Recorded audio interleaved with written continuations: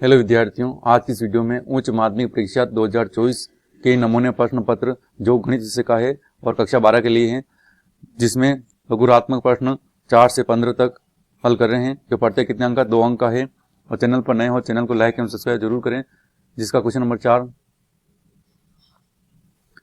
दिया हुआ है कि जांच कीजिए कि वास्तविक संख्याओं के समुच्चय आर में आर इक्वल मतलब A comma B such that A less than equal B square द्वारा परिभाषित संबंध आर न तो समतुल्य, न समित और न ही संक्रामक है। तो संबंध आर दिया हुआ है a comma B such that A less than equal B square. अब सर्वप्रथम समतुल्य के लिए सिद्ध करते हैं। समतुल्य माना एक अवयव मान रहे आर में वास्तविक संख्या में, जैसे 1/2 बिलोंग्स टू आर में। अब 1/2 आर 1/2 तो ए की जगह 1/2 लेस देन बी की जगह भी 1/2 का होल स्क्वायर। सरल कर लेंगे तो 1/2 लेस देन 1/4, जो ये कंडीशन सत्य नहीं है, जो संभव नहीं है। यानी 1/2 1/4 से छोटा नहीं हो सकता है। इसलिए 1/2 1/2 नॉट बिलोंग्स टू आर, अर्थात ए नॉट बिलोंग्स टू आर। इसलिए आर स्वतुल्य नहीं है, अर्थात संबंध आर क्या है, समतुल्य नहीं है। सेकंड है सममित के लिए। माना दो अवयव मान लेते हैं, जैसे कि -1, 2 बिलोंग्स टू आर में। अब -1 आर 2 इसके लिए सरल कर लेते हैं तो -1 लेस देन इक्वल 2 का होल स्क्वायर, तो -1 लेस देन इक्वल 4।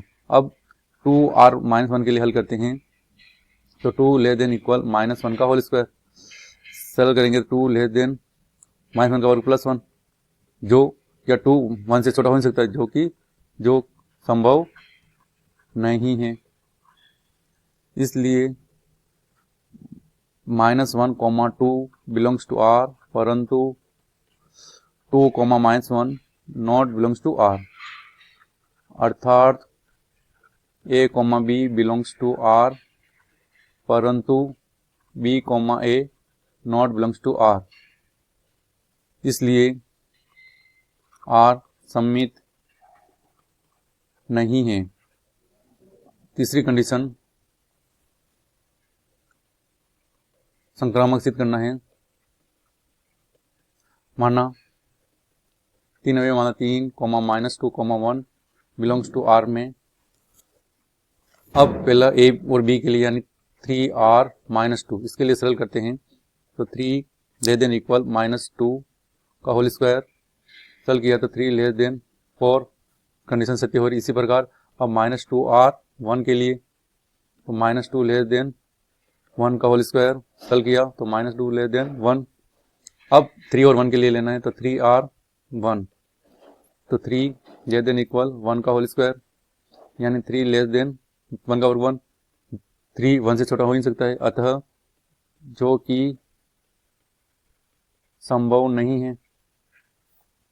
तो अवयव मानना अपन ने 3, -2 belongs to R, -2, 1 belongs to R, परंतु 3, 1 नॉट बिलोंग्स टू आर।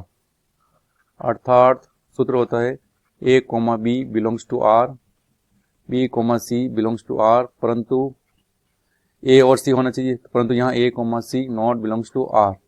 इसलिए आर संक्रामक नहीं है। तो अतः आर न तो समित है, न ही संक्रामक है, और न ही समतुल्य है। अगला सवाल है सवाल नंबर 5वां। यदि ए बराबर मैट्रिक्स cos अल्फा sin अल्फा minus sin alpha cos alpha हो तो सत्यापित कीजिए कि ए डैश बराबर आई है। तो ए दिया हुआ है cos अल्फा sin अल्फा माइनस sin अल्फा और cos अल्फा दे रखा है। अब ए डैश निकालना है। ए डैश का मतलब पंक्ति को स्तंभ में रूपांतरित करना है। तो पहली पंक्ति स्तंभ लिखेंगे cos अल्फा sin अल्फा, दूसरी पंक्ति तो माइनस sin अल्फा और cos अल्फा आ जाएगा। अब LHS ले लेते हैं। LHS में क्या ए और ए डैश का मान निकालना है। तो पहले ए का मान है cos अल्फा sin अल्फा minus sin alpha cos alpha का गुणा हो जाएगा cos alpha minus sin alpha cos alpha. अब पहली पंक्ति का गुणा पहले स्तंभ से करेंगे, कोज का गुणा कोज से होगा तो कोज स्क्वायर एल्फा, साइन गुणा साइन से साइन स्क्वायर एल्फा। इसी पहली पंक्ति दूसरे स्तंभ से गुणा होगी तो माइनस का cos alpha sine alpha plus sine alpha और कोज एल्फा आ जाएगा। इसी प्रकार से दूसरी पंक्ति पहला स्तंभ गुणा हो जाएगा तो माइनस साइन एल्फा कोज एल्फा प्लस कोज एल्फा साइन एल्फा आ जाएगा। फिर इस दूसरी गुणा हो जाएगा, साइन साइन प्लस में हो जाएगा तो sine square alpha plus cos square alpha. सरल कर लेंगे तो ये प्लस माइनस की वजह से कट जाएगा, ये भी दोनों कट जाएंगे तो साइन स्क्वायर कोज स्क्वायर मान कितना होता है 1 0 0 और 1, तो बराबर क्या प्राप्त हो गया आई बराबर RHS अतः HP। अतः यह सही है, A डैश बराबर आई प्राप्त हो रहा है। तो सत्यापन हो गया। अगला सवाल है सवाल नंबर 6। यदि A बराबर मैट्रिक्स 3 -2 4 -2 और I बराबर 1 0 0 1 एवं A स्क्वायर बराबर KA - 2I हो तो K का मान ज्ञात करना है। तो A बराबर दे रखा है 3 -2 4 -2 और I बराबर दे रखा है I इक्वल 1 0 0 और 1। अब A स्क्वायर का मान निकालना है तो A स्क्वायर यानी A डॉट है तो 3 -2 4 -2 का गुणा वापस इससे हो जाएगा 3 -2 4 और -2 इक्वल। अब पहली पंक्ति पहला स्तंभ गुणा होगा तो कितना जाएगा 9, 4 गुणा तो माइनस का 8। इसी प्रकार 3 गुणा 6 तो माइनस का 6 प्लस का हो जाएगा 4। इसी प्रकार दूसरी पंक्ति पहला स्तंभ गुणा हो जाएगा 4 3 12, फिर ये हो जाएगा माइनस का 8। इसी प्रकार इसका गुणा होगा तो माइनस का तो 8 फिर प्लस का 4 इक्वल ये हो जाएगा 1, यह हो जाएगा -2, ये घटेगा कितना 4, ये बचेगा माइनस का 4। अब मान क्या दिया हुआ है A square is equal to KA - 2I दिया हुआ है तो इधर मान रख देते, इसका मान तो प्राप्त हो रहा है 1 -2 फिर 4 -4 इक्वल KA यानी A को किससे गुणा करना है K से गुणा कर 3 का गुणा होगा 3K, 2 से होगा -2K, 4 से हो जाएगा 4K और यह जाएगा -2K -2I 2 का अंदर गुणा कर देंगे तो 2 0 0 और 2। अब इसको सरल करते हैं तो 1 4 -2 -4 इक्वल। अब घटाना है दोनों मैट्रिक्स में संगत हुए घट जाएंगे तो क्या आएगा 3K घटेगा -2 में से -2K -0 तो 2K ही आएगा, 4K में 0 जाएगा तो 4K ही आएगा और -2K और यह -2 आ रहा तो माइनस का 2 हो जाएगा। अब क्या है दो अवयव समान है तो उनके संगत अवयव भी क्या होंगे समान है। तो तुलना से देखो पहला वाला अवयव जैसे 1 है, 1 किसके बराबर होगा 3K -2 के बराबर होगा। पक्षांतर कर लेते हैं 3K इक्वल 1 + 2 यानी 3K इज इक्वल टू 3। तो K इज इक्वल टू मान कितना प्राप्त हो रहा है K इज इक्वल टू 3/3 यानी K इज इक्वल टू 1। तो K का मान कितना होगा 1 होगा। अगला सवाल है सवाल नंबर 7वां। A बराबर दे रखा है 2 1 3 -4 और B बराबर है 1 -1 -2 और 3। अब पहले किसका मान निकालना है AB का गुणा करना है तो यह आ जाएगा 2 1 3 -4 और B है 1 -2 -1 और 3। अब वही पहली पंक्ति का गुणा पहले स्तंभ से होगा तो 2 गुणा 1 से होगा कितना 2 और 3 कैसे हो जाएगा तो माइनस का 3। इसी प्रकार फिर इसी पंक्ति दूसरे स्तंभ से होगा 2 गुणा 2 से कितना होगा 4 माइनस का आएगा, फिर 3 गुणा 3 से हो जाएगा 9। इसी प्रकार 1 का गुणा 1 से होगा 1 और माइनस माइनस क्या जाएगा प्लस का 4, फिर 1 का गुणा 2 से होगा तो माइनस का 2 और 4 3 12, ये भी माइनस का। सरल कर लेते हैं तो यहाँ तो -1, यहाँ आ जाएगा 5, यहाँ प्लस का 5 और ये आ जाएगा माइनस के 14। अब सारणिक AB का मान निकाल लेते हैं तो सारणिक -1 5 5 -14 तो गुणा करेंगे तो -1 का गुणा -14 से हो जाएगा, माइनस सूत्र का 5 × 5 तो यह आ जाएगा प्लस के 14 माइनस का 25 यानी माइनस का 11 नॉट इज इक्वल टू 0।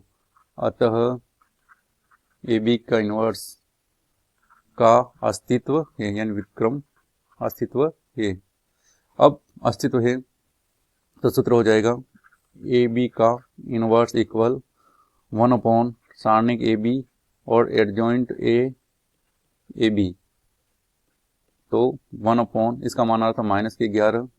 अब एडजॉइंट ए में ए भी निकालना 2 × 2 क्रम के लिए सबसे सरल है, यानी इन अवयवों को तो चेंज कर लूँ, तो यानी -14 तो यहाँ आ जाएगा और -1 यहाँ आ जाएगा, और इन दोनों अवयवों के चिन्ह परिवर्तन, यानी माइनस प्लस का तो -5 है, प्लस का तो -5, माइनस के अंदर गुणा कर देंगे तो क्या आ जाएगा 1/11, 14, 5, 5 और 1। इसी प्रकार अब इसका मान निकालना है, सारणिक ए का मान निकाल लेते हैं। तो सारणिक ए के अवयव क्या क्या है, ए के अवयव प्राप्त हो रहे हैं 2, 3, 1 और -4। हल कर लेते हैं तो क्या आ जाएगा 2 × -4 माइनस सूत्र का 1 × 3, तो ये तो हो गया -8 -3 यानी -11, नॉट इज इक्वल टू 0। अतः ए इनवर्स का अस्तित्व है, ए इनवर्स का अस्तित्व है। अब अपन को ए इनवर्स बराबर सूत्र हो जाएगा 1/, ये सारणिक एडजॉइंट ए, तो 1/, ए का मान तो आ रहा है, सारणिक का मान -11। अब एडजॉइंट के निकालने सेम वही, इन दोनों अवयवों को चेंज करना, तो -4 तो यहाँ आ जाएगा, 2 यहाँ आ जाएगा, इन दोनों चिन्ह पर तो -1 और -3, माइनस के अंदर गुणा कर लें तो 1/11, यह आ जाएगा प्लस का 4 प्लस का 3, और यह आ जाएगा मान प्लस का 1 और यह माइनस का 2। इसी प्रकार से बी सारणिक बी का मान निकाल लेते हैं। तो सारणिक बी में कौन कौन से अवयव हैं, बी में अवयव 1 -2, 1 -2, फिर -1 और 3, -1 और 3। अब इसको सरल कर लेते हैं, तो 1 और ये 3 माइनस प्लस और तो -1 और ये माइनस का 2, सरल कर लिया तो 3 प्लस तो -2 यानी कितना बचेगा 1, नॉट इज इक्वल टू 0। अतः बी इनवर्स का अस्तित्व है। अब बी इनवर्स बराबर क्या होता है 1/, सारणिक बी इंटू एडजॉइंट बी, तो इसका 1/1 और इसका मान आ रहा है एडजॉइंट बी में वही सेम चेंज करना है, तो 3 और 1 यहाँ आ जाएगा, इनके चिन्ह परिवर्तन 1 और 2 प्लस के हो जाएंगे, तो मान प्राप्त हो गया है 3, 2, 1, 1 प्राप्त हो रहा है। अब अपन को मान निकालना RHS का, यानी बी इनवर्स और ए इनवर्स का मान निकाल लेंगे।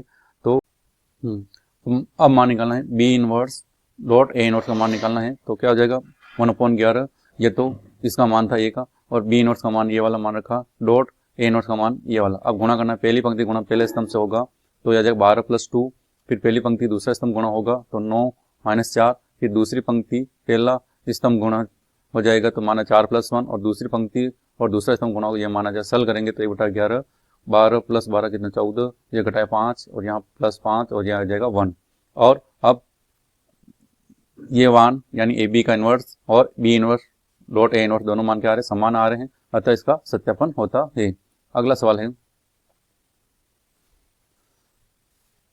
के का मान ज्ञात कीजिए यदि f(x) बराबर kx + 1 x <= 5 3x - 5, x > 5 x बराबर 5 पर सतत है। तो क्या दे रखा है, सतत दिया हुआ है। तो पहली कंडीशन, 3 कंडीशन होती है। पहले x बराबर 5 पर f(x) क्या आ जाएगा, बराबर का चिन्ह कहाँ आ रहा है, फाइट वाले में आ रहा है, तो क्या आ जाएगा kx + 1 f(x) का मान होगा। किस पर करना, 5 पर, तो 5 रखेंगे तो 5k + 1, समीकरण नंबर 1। अब सेकंड कंडीशन, x > 5, तब f(x) क्या आ जाएगा 3x - 5 आएगा। तो इसको हल करने के लिए क्या होता है, limit s tends to 0, f a की जगह कितना 5 + h, यहाँ दाईं सीमा, तो लिमिट s टेंड्स टू 0, ये तो 3x की जगह लिखेंगे अपन 5 + h - 5। अब एक जगह 0 रख देंगे, क्या आ जाएगा मान 15 - 5 यानी कितना बचा 10।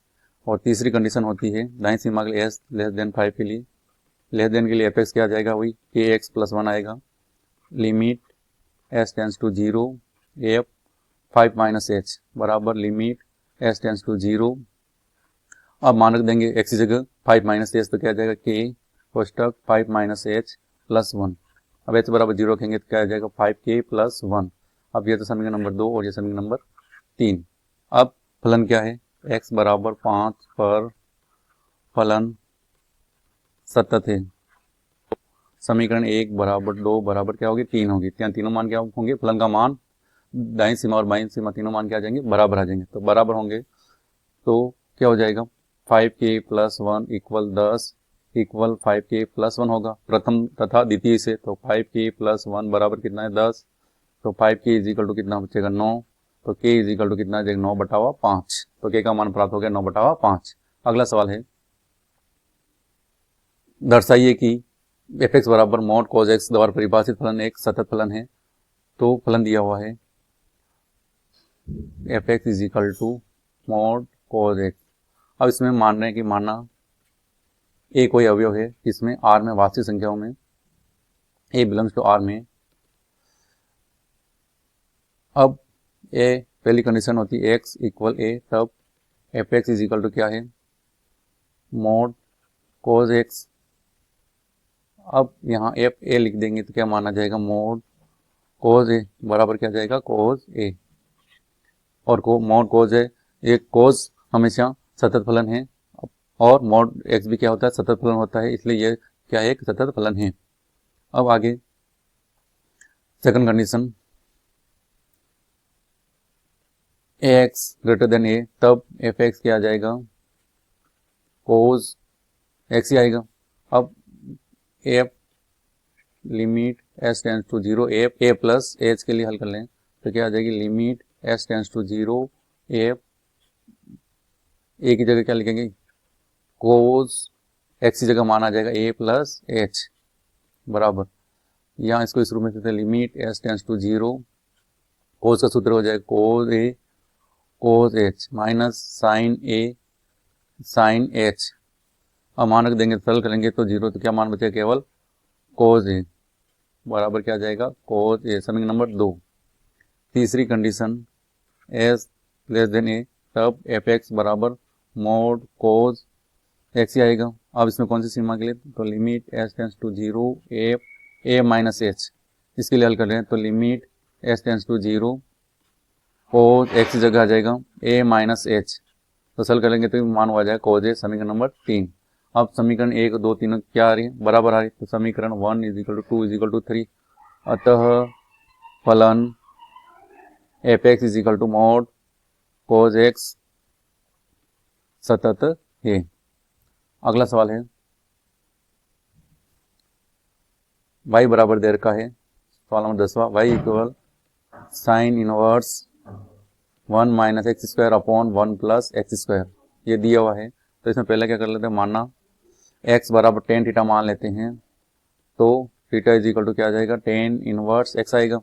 अब तो y is equal to sine inverse 1 minus tan square theta upon 1 plus tan square theta, तो y is equal to sine inverse, ये किसका सूत्र हो जाएगा कोस 2 थीटा का सूत्र बन जाएगा, यानी y is equal to sine inverse, यहाँ साइन आ रहा है तो साइन बदल लेंगे तो क्या लिख सकते हैं साइन 5/2 माइनस 2 थीटा लिख सकते हैं, साइन से साइन कैंसिल हो जाएगा, तो y इज इक्वल टू प्राप्त हो जाएगा 5/2 माइनस 2 थीटा। अब थीटा की वैल्यू रख दो 5/2 माइनस 2, थीटा वैल्यू है टेन इनवर्स x, तो y अब x के सापेक्ष अवकलन करेंगे तो मान आ जाएगा dy upon dx is equal to, अब 5d/dx किसका 5/2 अचरांक है minus 2 d/dx tan inverse x, तो अचरांक का तो 0 माइनस 2 और टेन इनवर्स होता है 1 अपॉन 1 प्लस एक्स स्क्वायर, तो इसको सॉल्व कर लेंगे तो आ जाएगा minus 2 upon 1 plus x square, ये इसका आंसर है। अगला सवाल है, दिखाइए कि प्रदत्त फलन एफ आर पर एक वर्धमान फलन है और जब दिया है F X is equal to X cube minus 3x square plus 4x और x बिलोंग्स टू किसमें आर में है। अवकलन कर लेते हैं तो F dash X equal to घात आ गया घात कम हो जाएगा 3x स्क्वायर माइनस घात आ गया 6x प्लस 4, यानी F dash X equal 3x square minus 6x plus 4 को 3 प्लस 1 लिख सकते हैं, 3 कॉमन ले लेंगे क्या आ जाएगा x square minus 2x plus 1 plus 1 3, ये सूत्र बन जाएगा x माइनस 1 का होल स्क्वायर प्लस 1। अब x के प्रत्येक मान के लिए इसका मान हमेशा क्या आएगा धनात्मक ही प्राप्त होगा x के प्रत्येक मान के लिए, इसलिए एफ डैश एक्स का मान क्या है 0 से बड़ा है, क्योंकि इसका मान हमेशा किसमें आएगा धनात्मक है, प्लस 1 हो रहा है इसलिए हमेशा 0 से क्या होगा बड़ा होगा, अतः फलन x बिलोंग्स टू r के लिए वर्धमान है। अगला सवाल है, सवाल दिया आई बराबर समाकलन 1 upon 1 plus cot x D x, ठीक है यहाँ x होना चाहिए था। अब ये दिया हुआ है तो इसको पहले साइन कोस में चेंज कर लेते हैं। तो 1/1 प्लस कोट थीटा बराबर क्या होता है, साइन कोस थीटा बराबर साइन थीटा, तो यानी कोस एक्स बटा हुआ साइन एक्स होता है। ये डी एक्स, साइन एक्स लघुत्तम ले लेंगे तो लघुत्तम ऊपर आ जाएगा, तो साइन एक्स ऊपर आ गया और यहाँ हो जाएगा 1 से गुणा को sign x plus cos x, ये डी एक्स। अब जो यहाँ बटा मान प्राप्त हो रहा है जो जी ऊपर रखना है, तो 1/2 से क्या करें, गुणा भाग करें। तो इसको इस रूप में लिख सकते हैं sine x plus cos x, ये आ जाएगा sine x plus cos x, हर का मान ऐसे देना, फिर प्लस साइन एक्स, यहाँ कोस को कैंसिल करने के लिए माइनस का कोस एक्स लिख सकते हैं, और ये डी एक्स। जब कोस कोस कैंसिल, साइन साइन जोड़े 2 साइन, तो 2 साइन से 2 कट जाएगा, तो साइन एक्स आगे ना के ऊपर वाला। अब क्या कर लो, दो अलग अलग कर लेते हैं, इसको इस रूप में, इसको इस रूप में लिख सकते हैं। तो 1/2 इसमें भाग देंगे तो कितनी बार, 1 बार, साइन इसमें कटेगा 1 बार कट गया, फिर प्लस ये ऐसे लिख देंगे अपन sine x minus cos x बटावा sine x plus cos x, और ये डी एक्स। अब इसका समाकलन करते हैं। तो सेकंड वाले फलन के लिए जैसे कि मानना sign x plus cos x बराबर से टी मान लेते हैं, अवकलन करेंगे तो क्या हो जाएगा, कोस एक्स माइनस का साइन एक्स, और ये D X is equal to क्या हो जाएगा, डी टी हो जाएगा। माइनस कॉमन ले लेते हैं, क्या लिख सकते हैं, sine x minus cos x, और ये D x equal minus D T लिख सकते हैं। अब देखो इसको टी मानने पर ये वाला पद आ रहा है, तो क्या हो जाएगा 1/t, तो 1/t क्या हो जाएगा, log t। तो समाकलन कर लेते हैं इसका डायरेक्ट, 1/2 या 1 का तो हो गया x प्लस ये हो जाएगा 1/t, ये t मान ले तो 1/t या log t। अब परंतु मान किस में आ रहा है, यहाँ माइनस में, तो ये प्लस नहीं आ गया, यहाँ क्या आ जाएगा अब माइनस log t, t की वैल्यू किसको माना था, sine x plus cos x को, तो sine x plus cos x plus c, ये इसका आंसर है। अगला सवाल है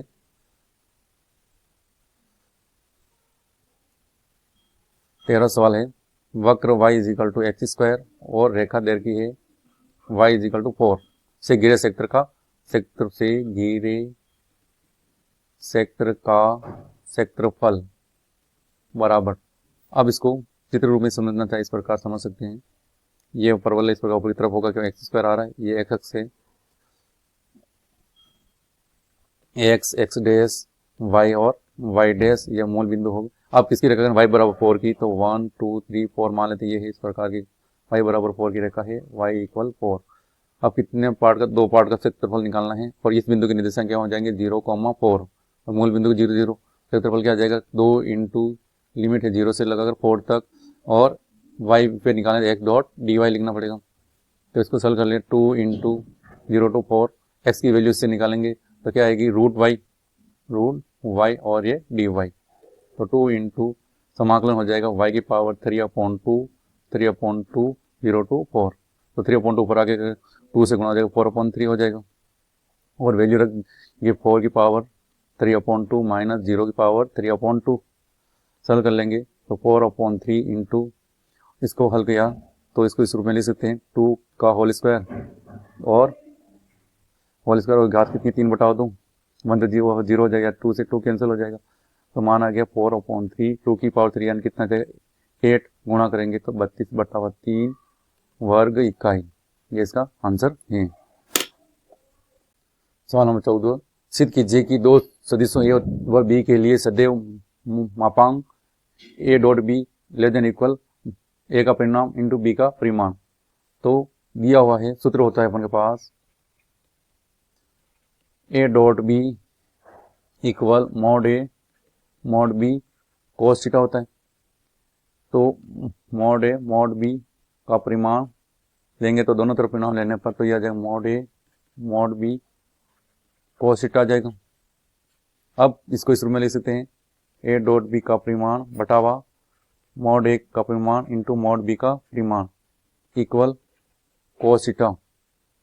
अब कोस थीटा का परिमाण हमेशा क्या हो जाएगा, मान क्या होता है 1 या 1 से छोटा होगा, तो क्रॉस गुणा कर लेते हैं, तो इसको इस रूप में भी लिखा जा सकता है ए डॉट बी का परिमाण ले देन इक्वल, इसका गुणा इधर 1 से हो जाएगा, क्या जाएगा मॉड ए मॉड बी का। तो यही सिद्ध करना है AHP। अगला सवाल है, यह दिया गया है कि दो पासों को एक साथ फेंकने पर प्राप्त संख्याएं भिन्न भिन्न हैं। अब दोनों संख्याओं का योग 4 होने की प्रायिकता ज्ञात कीजिए। तो क्या दिया है, दो पासों एक साथ फेंकने पर कुल स्थितियां कितनी होगी? 36 होगी। 6 इंटू 6 गुणा करेंगे कितनी आएगी? 36। अब घटना दो देरी घटना ई क्या करना है? संख्याओं को योग 4 होना। ठीक है, घटना किसको मानेंगे? जिसको ज्ञात करना उसको मानेंगे सर्वप्रथम प्रायिकता के लिए, तो है संख्याओं का योग 4 प्राप्त होना। तो ई बराबर 36 स्थितियों में संख्या योग 4 प्राप्त होने के लिए क्या 1 और 3 जोड़ेंगे 4, 2,2 और यहाँ 3,1, इनका जोड़ेंगे योग कितना आ रहा है? 4 प्राप्त हो रहा है। और एफ मानना है, दिया हुआ है क्या देर का है? दोनों पासों पर प्राप्त संख्याएं भिन्न भिन्न होना, यह कंडीशन देर की भिन्न भिन्न होना। तो ए बराबर, तो कितनी स्थितियां आएगी? टोटल 36 है, जिसमें से 1 1 2 2 3 3 4 4 5 5 और 6 यानी टोटल 6 स्थितियां घट जाएगी। वो बचेगी सब आएगी इस प्रकार, जैसे 1 2 दोनों अलग अलग आएगी, 1 3 1 4 1 5 1 6। अब वापस 2 1 2 2 नहीं आएगी, अब आएगी 2 3 2 4 2 5 2 6। इसी प्रकार अब आ जाएगी 3 1 3 2, अब 3 3 आगे आएगी 3 4 3 5 3 6 4 1 4 2 4 3, अब 4 4 नहीं आएगी 4 5 आ जाएगा और 4 6। इसी प्रकार से अब मान प्राप्त हो जाएगा 5 1 5 2 5 3 5 4 5 5 नहीं आएगा 5 6 आ जाएगा, फिर 6 1 6 2 6 3 6 4 और 6 5 तक। टोटल कितनी स्थितियां आ रही है? 30 स्थितियां आ रही। अब दोनों में कॉमन लेना है ई और एफ में, तो ई इंटरसेक्शन एफ इक्वल, दोनों केवल दो स्थितियां कॉमन, जैसे 1,3 और 3,1 कॉमन आ रहा है दोनों में ई और एफ में। एक तो ये कॉमन आ रहा है, एक आ जाएगा, ये कॉमन आ जाएगा। अब क्या ज्ञात करना है? प्राप्त संख्याओं का योग कितना है? 4 होने की प्रायिकता, संख्याओं का योग 4 होने की प्रायिकता। अब जब अपन को एफ ज्ञात है और ए ज्ञात करना है, तो सब प्रायिकता पी ई अपॉन एफ होगा सूत्र, ई अपॉन एफ। तो सूत्र होता है पी ई इंटरसेक्शन एफ बटा हुआ पी एफ हो जाएगा। अब इंटरसेक्शन में कितने अवयव आ रहे हैं? 2 अवयव आ रहे हैं, टोटल कितने हैं? 36। इसी प्रकार पी एफ में कितने अवयव थे? 30 अवयव थे, और टोटल कितने हैं? 36। 36 से 36 कट जाएंगे, तो मान आ गया 2 बटा हुआ 30 यानी 1 बटा 15।